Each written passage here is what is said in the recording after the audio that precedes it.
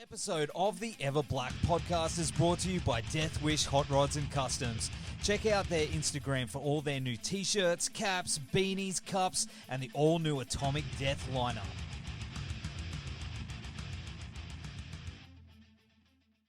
Hey, this is Trevor Sternad from the Black Dahlia Murder here, and you're listening to the Everblack Podcast. Hey, humans, Skull, this is Odorous from Guam. Going to Battle Fear Factory. This is George Corey from Under Fisher. This is Gas from Delegate. This is Wade from Our Last Enemy. Mike Nick from Suicidal Tendencies. Hey, this is Wednesday 13. This is Rex from Kill Devil Hill. This is Gary from Sepultura. You're listening to Everblack Podcast.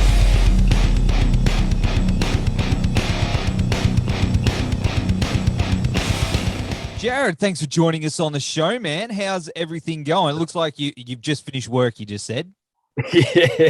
Yeah, just in the car, but last minute stop to do a quick interview. Why not? Yeah, dude. Hey, that's it. Well, I'm having a cold one. I wish you were having a cold one too. But yeah, on my way to do that. Hey, that's it. That's it, dude. Well, of course, the new DESECRATOR album, Summoning, is out on August 27, and I think it's one of the best damn thrash albums I've heard in a long time. Actually, Thank you. Fucking awesome. I've been cranking it. Fucking awesome. Wow. Excellent compliment. Thank you. Yeah, mate, we're really proud of it. I think it's an album that we felt good about from the start. We felt good writing it. We felt good about the material and how it came together. I think it's for us, we wanted it to be a natural progression of where the band is going. I guess we're, an over 10-year-old band now. So, we're all in our 30s, some of us in our very late 30s. And so I think, as you go through a few albums and releases and cycles and a truckload of touring, as we've done, we sort of, we start to hone what we really like to listen to, what we like to play. And I think, we're obviously not the first lineup that's been in DESECRATOR. I've been in the band 8 years now. Yeah. And I'm the second drummer. And I guess, back in the early days, DESECRATOR was really all, balls to the wall thrash, which was amazing. I still enjoy playing all of those songs from that first album. And we had the 10th anniversary for that album this year. And I think like I said, as we've moved along and progressed and toured and all of that, we just, I guess you just sharpen the tools a little bit and we bring our own influences, to the table. We bring our own experiences, and everybody changes in what they listen to or goes in cycles to what they listen to and what they like. And I think it culminated in a few years ago, we went on tour in Europe with Airborne, who are mates of ours. And we sort of, we were at that point of, what's the next record going to look like? And at that stage, we were, a bit like, we just want to play the stuff that people can grab onto. We sort of learned a lot on that tour about what hard rock crowds, what heavy, that cross over into heavy metal, what they responded to, what they didn't respond to in terms of the music they were hearing. And, at the end of the day, we just took all of those things, and then I think we put that into the melting pot. And then you add Andrew, who came into us at about 2018. And he's the front man of Harlott. He's a very strong songwriter. He's got a perspective on the band that, goes way back to when he was attending shows, when he was 18. So, you mix all that together and I think we've come up with, our strongest material. Absolutely. And also, I think we took a lot of time through both deliberate decisions and through the obvious lockdown and pandemic and the obvious restrictions that we've got. But we took our time to get the material together. Took a long time writing it. We demoed a lot. We stopped playing shows for a little while for the first time in years. Our last record, To the Gallows, was literally a slot between tours. It was like, get it done, get out again. Whereas this one, we had to make it a bit of a decision to just slow it down a bit, You know, we don't have to go on tour if we don't want to this year. Let's, you know, concentrate back on putting the core product of what the band is music, right? So we have to actually put some music out, right? We have to put some new music together. You know, we spent a few years even before the last record came out, you know, just like putting together ridiculous compilations of CDs of previous material and bootlegs, and just to have something in your hands to go on tour with. And you know, it was just all time. We had to just, you know, write the next album and make sure it was a banger, you know. And you know what it is? I think it's your best one yet. Not only, you know, songwriting, but production as well. And it's just from start to finish, man. It's filled with earworms, lots and lots of earworms. And you know, and that's what I mean. Like, that's what I was saying. Listen, I've been listening to it all day today, and it really sunk in today. I was like, you know, it's good when you start getting to those parts in the songs and you recognize them and you go, oh, okay, and you start singing along. And there's this album when you hit tour for this, and people have got their hands on it, they're going to be singing along. But how long did it blah blah blah blah blah? I've only had 2 sips of this thing. Let me read that one. Yeah. How long did it actually take? What was the first sort of kickoff point for this album? Do you remember that first song? Yeah, I think funnily enough, I think the title track was one of the first songs that Riley and I kind of just got together, because it was a pretty typical, you know, James Last situation. That's how it's always been. One guitar, one drums. One drums. It's one guitar and drums to just get, you know, whether it be 40, 50 or 70% of the core of the tune together. And then we bring it to the room, and, you know, it's a push and pull game. Everyone has their ideas, everyone has their perspectives until we beat it into shape. And so that was a little bit more collaborative this time than it had been in the past, where it was a mostly guitar and drums affair, and then everything else was 5%, 10%. But now it was a lot more. You know, and it usually starts with Riley's guitar, his licks or someone's idea, and it's mainly Riley's. And I guess that was one thing that I really tried to drive. I took a fair lead on the pre-production within the band, and I really tried to say to the guys that we need to play to our strengths. You know, Desecrator is Riley. It's his head, it's his right hand, and it's his voice. You know, let that be the core, and we just add our bits to it, you know. And I, you know, I like to say that I mean, I and the other guys, we kind of, you know, Bob rocked his James Hetfield a little bit, in a way. Like, we wanted, you know, you're talking about like earworms and all of that sort of stuff. Like, we all wanted it, right? And so it was a bit like, you know, this is the range of notes and voice and sounds where you are the best. Like, you shine and it kills. So let's stick to doing all of that. And, you know, I can drive a Pro Tools rig, so I took kind of the lead on pre-production and all of that. And the other guys contribute their ideas and the push and pull, you know, and Andrew, being a strong songwriter himself, he's got a unique perspective on, you know, what he thinks Desecrator should be. He was kind of all about, let's take the best parts of what Desecrator's done, put them into this album, you know. And Jerry's the same. So they have all those perspectives of what sounds good. And it came down to simplicity sometimes. It's just like, does it make musical sense? Does it sound good to my ears or not? You know, let's not try and be anything, or let's not try and, you know, flip things on its head and do shit for the sake of doing shit. So, and that was good. I think, you know, we enjoyed that. We pushed each other a fair bit too. You know, it's not always roses, you know, you kick each other in the pants a little bit, but, it really came together well. And I think I myself was really like pushing that angle of, I want us all to listen to this in 1 year or 2 years and be really happy with it. So that's kind of what we wanted to do. And it came together really well. But it took a long time. Like, it took a better part of a year to kind of get it all together. And we demoed, which we'd never done before. Like, it was like, before it was Riley and I with the iPhone in the middle of the jam room, because Riley likes to start things in the jam room. He's got to hear it in the room, otherwise he can't vibe it. Same. Yeah, and a lot of people are like that. It's totally cool, and it's totally the way that you can vibe a piece of music, right? Whereas I am demo to death, and because I've got to listen to it 15 times before I can ingest it. So we did a mix of all of those things, and or we would jam it out, stick the iPhone in the middle of the room, but then I would go home and sift it apart, right? And I remember a moment of, I'm going to totally name drop here just because I can, and I'll probably never have a chance to do it again.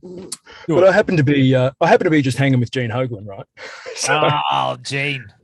Yeah, well, I worked crew when they did the Dark Angel tour, so I got to hang out with him, and then they did the drum clinic after that. So for me as a drummer, I'm like, hallelujah, thanks very much. So I got to hang with him for a couple of days, and we'll kind of just driving him around and driving the crew around and all that.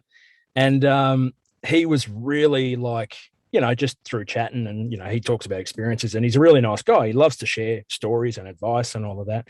And he was like really big on the demoitis, big on demoitis, saying, oh, you can't get too stuck in demos. You've got to let some creativity happen in the studio. Good advice, of course. I was at that point right in the middle of telling everybody else in DESECRATOR, you better fucking agree to this. Because what's going on this demo is what's going on the album. So you better, you got any problems with it? You better say it now, because whatever we're hearing right now is what we're recording. So you just get it sorted. Right. But I think, I think it was funny because at that point I was like, I'm totally not doing that. I'm doing the opposite. But I think that's what we needed. Like, I think for the last record in Gallows, it was like, shit, okay, yep, that'll do. That'll take all do. And we kind of just we just got to get it done and out before we went out on the road again.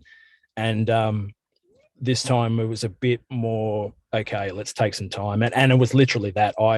Every single drum, like I knew every single drum hit of what I was going to do before I went in and tracked the drums. And I pretty much knew which guitar was going which side and in the middle and this, that, and the other. And we did it. And I sent a big giant map, to our studio guy when we did all the guitars eventually. And because we did the tracking in a couple of different places, did the drums at Toyland with Adam Kalaitsis, in Melbourne, because we love his drum room. And he's a great dude to work with, just easy. And he's a bit of a gem where he quietly busts my balls in the politest possible way, to highlight to you encouragement, and also that your take wasn't that good at the same time.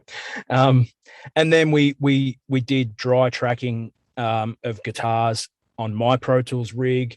And then we did some studio stuff with Julian at Legion Studios, and he mixed the album as well. And then we bumped it over to the US to Audio Siege to get it mastered. So it kind of went all over the place and did a few cartwheels here and there. But again, like, I think as it's coming out, it's 2 years since we tracked it.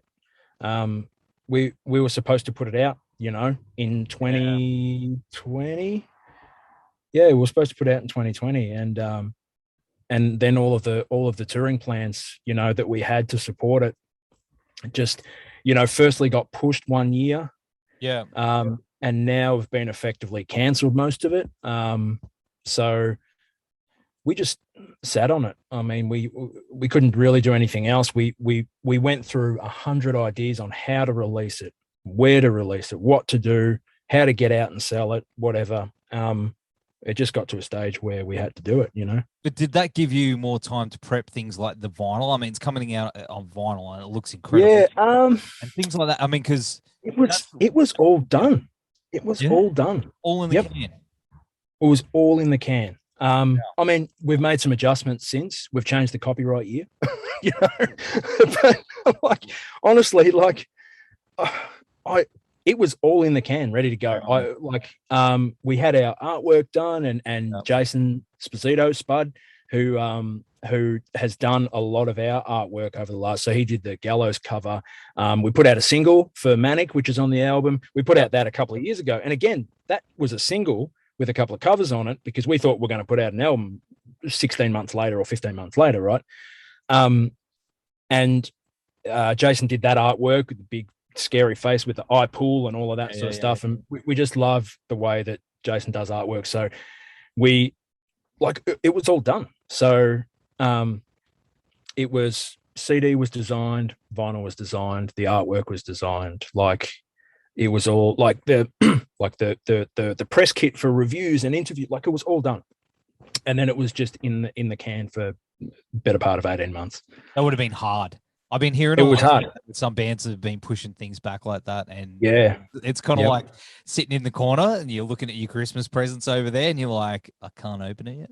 You know? It's exactly like that. Yep. Have you got a copy of the vinyl yourself? Have you got? I do. Physically? I kept it. Yes, I kept them because some of the vinyls turned up to my house, and I nicked a couple because I actually don't have a couple of our vinyls that we've put out over the last 10 years or so.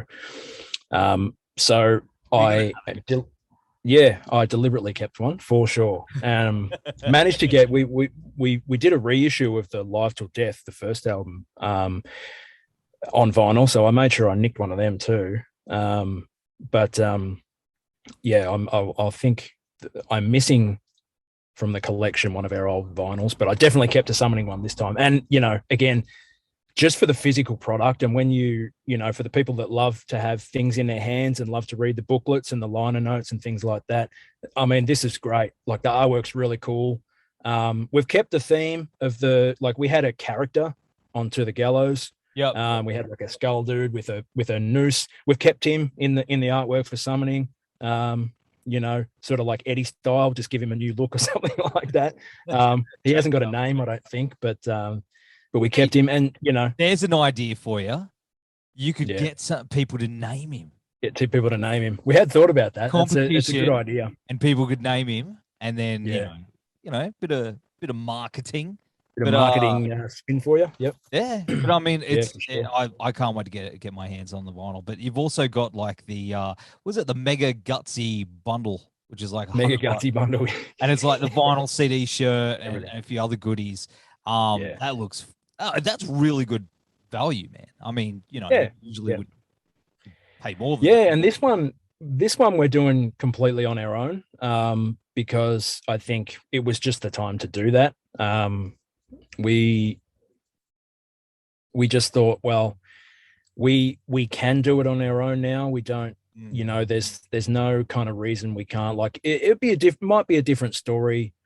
And it still may be at some point, touring in other parts of the world where you need support to push your record and all that sort of stuff. But obviously, given the environment that we're in at the moment, it just made sense to do it on our own. And so those things like the gutsy bundle packs and all that, that just comes from our brain, and our heart and our, and our soul or whatever, I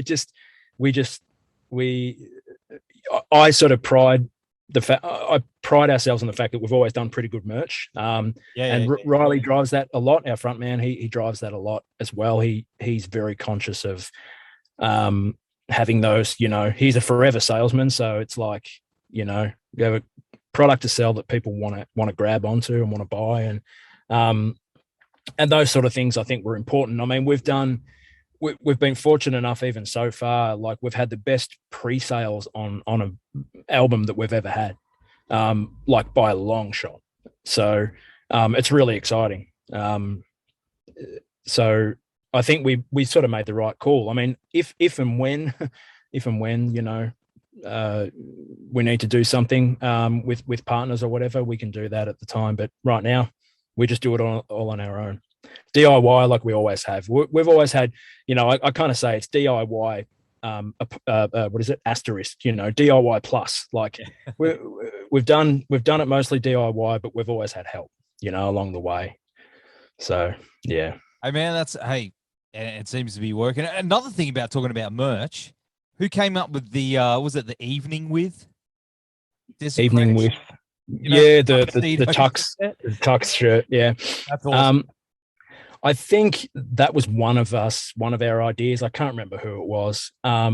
It was I think we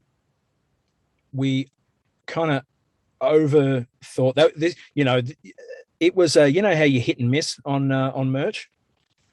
Yes. This wasn't a miss, but it was not as good of a lob or something like that. It was. I think you sit very far on either side of the fence on shirts like that. You either think it's amazing or you think it's silly.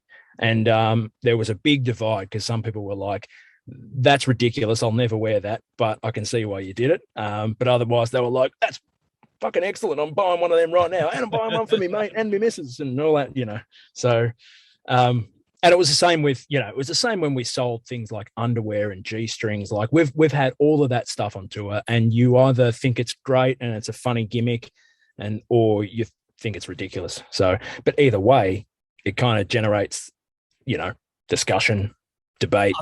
I'll get one. I'll have to get one when you come up here. Yeah, for sure. I'm for sure. Yeah, man. Put me down for that for sure. Yep. Because I mean, the tour, it's massive. I mean, it's pretty good. So I mean, you're playing up here in my local Moe's. There's a club up on the Gold Coast, which is going to be incredible. And you're touring with Harlott and the Ascended, right? Correct. Yep, that's right. So for a few reasons, I think the Ascended. I guess we got in touch with those guys a while back. I think got to keep my light on. We got in touch with them a while back. I guess Riley had been talking to him mainly about touring together, and then of course, Harlott still really hadn't done, again because of the environments that we live in at the moment. Harlott still hadn't quite done a national tour for their album yet, and they've got an incredible album out that they put out last year. Yes. And of course, Andrew being in both bands, for his sake, it's like, and especially with the environment that we live in, it's going to be nigh on impossible for him to go in both bands separately. So, and we're always a good pair. We're good friends. Show wise, it always makes sense to have us and Harlott, and we haven't done it in a number of years. So, we kind of put it together, and we're just gonna try and see how it goes. We're not sure what lockdown this and restriction that is going to do for us, but I think rather than do nothing, we'll do something. We'll do what we can. We've had a couple of shows, like we had our 10-year anniversary of Live Till Death, and that was sold out, and it was going to be great. And again, we got it reissued on vinyl, and that was the thing that was bolstering us for activity, and something to look forward to on the first half of the year before we put out the album. And then, the last minute, the pandemic restrictions and all of that kind of got us, and we had to sort of bump the date, split it into a few shows to cater for the audience restrictions, and but it also meant, because of kilometer limits, that people couldn't go and all that sort of stuff. So it was difficult, but we made something of it. They were really fun shows to play in the end, even though we were all a bit pouty about how it went down and all of that shit, right? Like everybody was. But once we got there, people were so happy that it was just happening. The venues are appreciative of the fact that, bands are just turning up to play and people are still coming. So we've done that. We'll see how it goes with the tour. We want to hit as many places as possible if we can, and we'll just give it a crack and try and reschedule where we can and move this and that when we can. But right now it's far enough away that we might be okay from this spot in early August, but who knows? Well, man, I'm talking to all the bands that are touring and stuff like that, or have tours planned. I'm trying to talk it like it's gonna happen. Yeah, because I mean, that's all. Yep. We do, hey. Yeah, we're talking all the time as if things are happening rather than not happening. Because if it gets, I think there's also been, I guess, in our level of kind of club touring and stuff like that, or club shows or whatever you want to call them, there is a level of wiggle room. I see, though, that, as we've gone on, especially through this year, that wiggle room is becoming much less, because of all of these rolling reschedules and all of that. That's getting a lot harder as well, because, when venues can open, it's like, well, we've got a backlog of gigs we've got to fill, so we don't really have any rescheduled dates anymore. But again, we'll just try our best. Like we act as if it's happening, and that's how we got to play it. That's exactly right, man. That's exactly Yeah. right. But I mean, I've seen you guys several times over the years, and man, I'm gonna say, like, I remember seeing you. I don't know if you were with them then, but the Shark Bar many Shark years Bar. ago. The Shark Right. Bar, Yeah, maybe. on the Gold Coast. But Yep. that was such a fucking great show. I just Yeah. remember, like, I think you're one of the best live bands in the country. So I'm looking Awesome. forward to Great to hear. finally seeing you again. It's been a little while, but you've toured and played with some incredible bands throughout the years as well. Yeah. Like, who we got, like Overkill, Venom Inc., Overkill, Venom Inc. Sepultura, Soilwork, Hyrax, who were meant to tour here. They were meant to be Yeah, here, yeah. weren't they? We had our first European tour with Hyrax some years ago, and that was fun. It was so much fun. Hard living tour, one of those, long drive every day, 19 shows in 20 days kind of thing. But we Hyrax are an awesome band live. Yeah, man. They're just like the quintessential power thrash group from the old guard, from the early days, and we've got some long sort of standing relationships with a couple of guys in that band. We met through that tour in particular, actually, back in 2014 or 2015, whenever it was.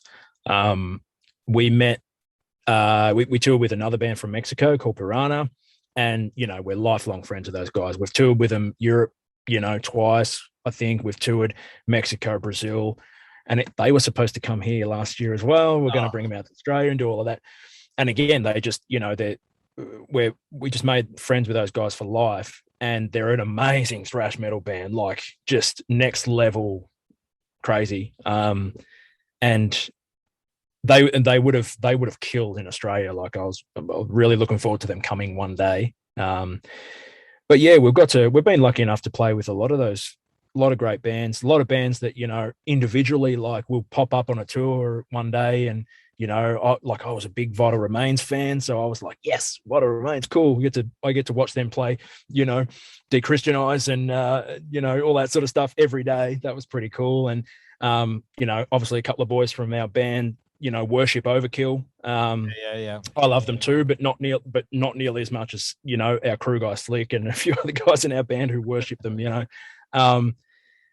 and Venom Inc. Like, I remember having a moment somewhere in Europe where I got to jam some Judas Priest with, Mantis and Demolition Man. That was a cool moment for me. But still, like, we're still in contact with those guys a lot. And Riley and I got to do a bit of a fill-in for sort of B Venom Inc. when the other guys couldn't come because of illness and all of this sort of stuff. And Tony Demolition Man just was like, well, I'm coming. And it was like, oh, the boys from DESECRATOR want to be my backup band. I'll just do it. Let's just go. And you'd say so, no. Yeah, What I mean? I was overseas at the time. I was in Tokyo, and I got like a week's notice. We were like, okay, do you want to be you want to be Venom Inc. for the evening for this show? And I was like, oh yeah, well, I'll be back Friday. So yeah, sure, why not? So we did that, and Riley madly learned, 15 songs, and I madly learned 15 songs. And like, I guess from a technical perspective, they were not as gruesome as some of what stuff that we play, but learning parts for 15 songs for those kind of things, and we're never going to play them quite the same as those guys, of course. But that was a moment. Again, it was a moment that we got to do that with people that we worshipped as a kid, so it was pretty cool. Hey man, you don't, those opportunities when they pop up, you gotta That's take right. Them. Yeah. You pinch yourself pretty lucky with those things sometimes. Absolutely. But I mean, they're the good bits in sometimes some pretty rough living. I'll tell you that. So. Well, I mean, I'd say that you mentioned before your mates with Airborne, and you play with those guys over in Europe. They are fucking huge in Europe. Yeah. A couple of things that might surprise you about Airborne, which is really interesting, because I guess as an Australian and as an AC/DC tragic as well, because they are total AC/DC worship, those guys, and rightly so, in my opinion. Yes. I think that, I mean, Riley and a couple of guys from our band kind of were friends with them for a long time, and that's kind of how we knew them and all of that sort of stuff. And we talked about for a few years, oh, geez, it'd be good to go out on the road together one day. Wonder if it would work. And it turns out it did work, and it worked really, really well. We were many tours where the, clean singing, high attuned melodic of the bunch, especially touring in places where, we're stuffed in the middle of death metal bands and stuff like that, which is perfectly good for me because I like death metal. But being on a tour with a hard rock band was different. We were kind of the heavier one. Yep. But, their crowds were battle jacket wearing Metallica and Slayer listeners just as much. So, us walking out and me playing, fast double bass drums in their face, they were like, oh, hell yeah, I can get into this, right? And so it went down really well. And I think one thing about Airborne that's really, really interesting, because, yeah, like I was saying before, that sort of, I think everybody kind of like in Australia knows them and thinks they're like massive, but you sort of don't realize that, yeah, they're not quite as, I guess they're not quite in the same zone here as they are in Europe. Yeah. Go to Europe and they are they're festival headliners, right? But the thing is, you watch one of their shows and you know why. Like that, like in my opinion, they are incredible. Yeah, as just regular sort of rock and roll guys as they are a rock and roll masterclass, mate. I can tell you that right now. You watch one of their shows, it is like a proper headline show under lights and all that sort of stuff. They're a fucking rock and roll masterclass. They do it better, just as good, if not better, than anybody on the planet, in my opinion. They just kick ass, absolutely, 100%. And I think somewhere, and I can't remember where I saw him. Yeah. And very as a drummer, AC/DC worship, Ryan on the drums, man, he plays like Phil. He plays like Phil Rudd, except harder, right? So for me as a drummer, I just love that shit. I love that shit. I love the kick snare stuff, the locking that in like Phil Rudd used to, just to get that snap. And they just kick ass, that band, like 100%. Yep. Oh, here's the Airborne, right? Hey. Yeah, that's right. He's doing. Get him on the bloody radio more. That's right. I agree. But man, like you got tour coming up, albums coming out. What else you got cooking up behind the scenes, brother? Well, I know you got that look there. There's something there, and you're gonna come on, mate. Spill the beans. Animated video clip. Oh, that's the shit. That's what I want to hear. When's that coming out? Soon. Soon. It'll be coming out soon. It'll be an interesting one. Never done before. Completely outside the box idea. But that's happening. What track? Not saying. Oh, come on, mate. It's Monday night. All right. You'll see. You'll see. Keep your secret, says Frodo. Yes. But yes. I'm looking forward to that. I'm all about it. If you can tell, I'm all about the cartoons and shit. But yeah, I can see. You can see. But yeah, again, it's like this album we had to approach everything differently, from release to, because I mean, we obviously can't tour overseas and all those things we're going to, because we had tours of Mexico, tours of, we had South America, and we had like tours with Power Trip and all this cool stuff going on. Now like we had to sort of refocus and just say, okay, well, what are we going to do? How do we get the album to as many people as possible from our lounge rooms, right? Animated video, video clips. We shot a video clip for Summoning, and we sort of had an idea to do a second one as well. We had some time in the shoot day. It was like, okay, if we get time, we'll do two. If the first one's a disaster, we'll use the whole shooting time for the first one. So we just did two. And interestingly enough, about that day, that was like early 2020 when we filmed the Summoning film clip and the Hate at First Sight film clip.